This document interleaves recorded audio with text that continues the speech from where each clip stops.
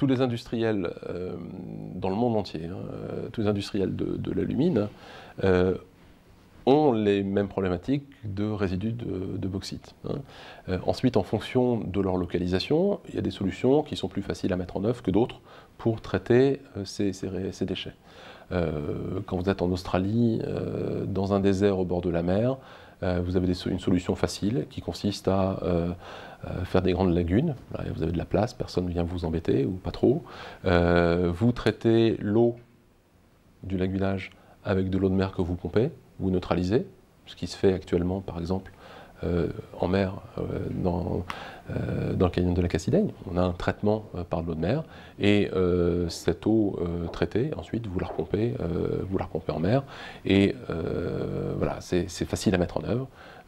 Il n'y a personne vraiment, puisque vous êtes dans le désert, pour vous dire que ce que vous faites, c'est pas bien, et ça se passe bien. Bon.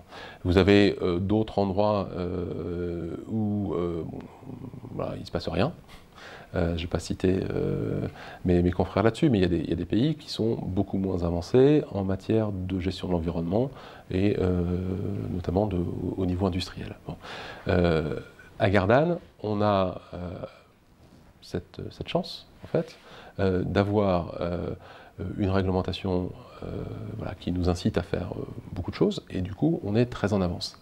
À tel point que, si on compare juste les chiffres de valorisation, l'industrie globalement dans le monde a valorisé 2% de ses résidus dans les 10 dernières années.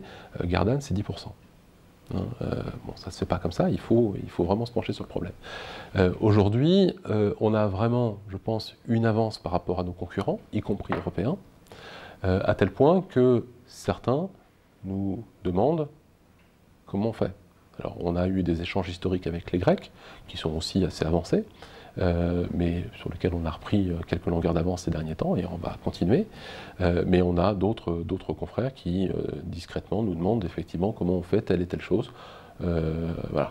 Et puis on a aussi des confrères qui viennent d'autres régions du monde, qui viennent voir ce qu'on fait, qui nous demandent effectivement comment on peut mettre un filtre presse, etc., etc. Donc voilà, on a aujourd'hui un certain leadership sur ces problématiques. C'est vrai qu'il y a eu une publicité sur ce leadership extraordinaire ces dernières années. On n'est pas, vous savez, c'est un petit monde. Le monde de l'alumine, c'est un petit monde. C'était essentiellement Pechiney à une époque. Il faut bien voir que toutes les usines dans le monde ont été construites sur le modèle de l'usine de Gardanne.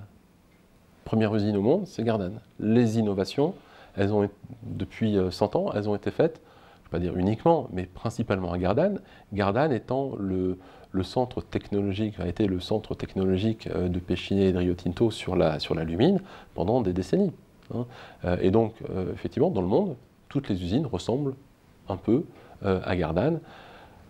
Je dirais même plus, on ressemble plutôt à toutes les usines, puisque quand il y avait une innovation, elle était d'abord testée à Gardanne, ce qui fait qu'on a dans nos équipements des choses assez disparates, qui sont des innovations qui sont testées là avant d'être déployées ailleurs dans le monde.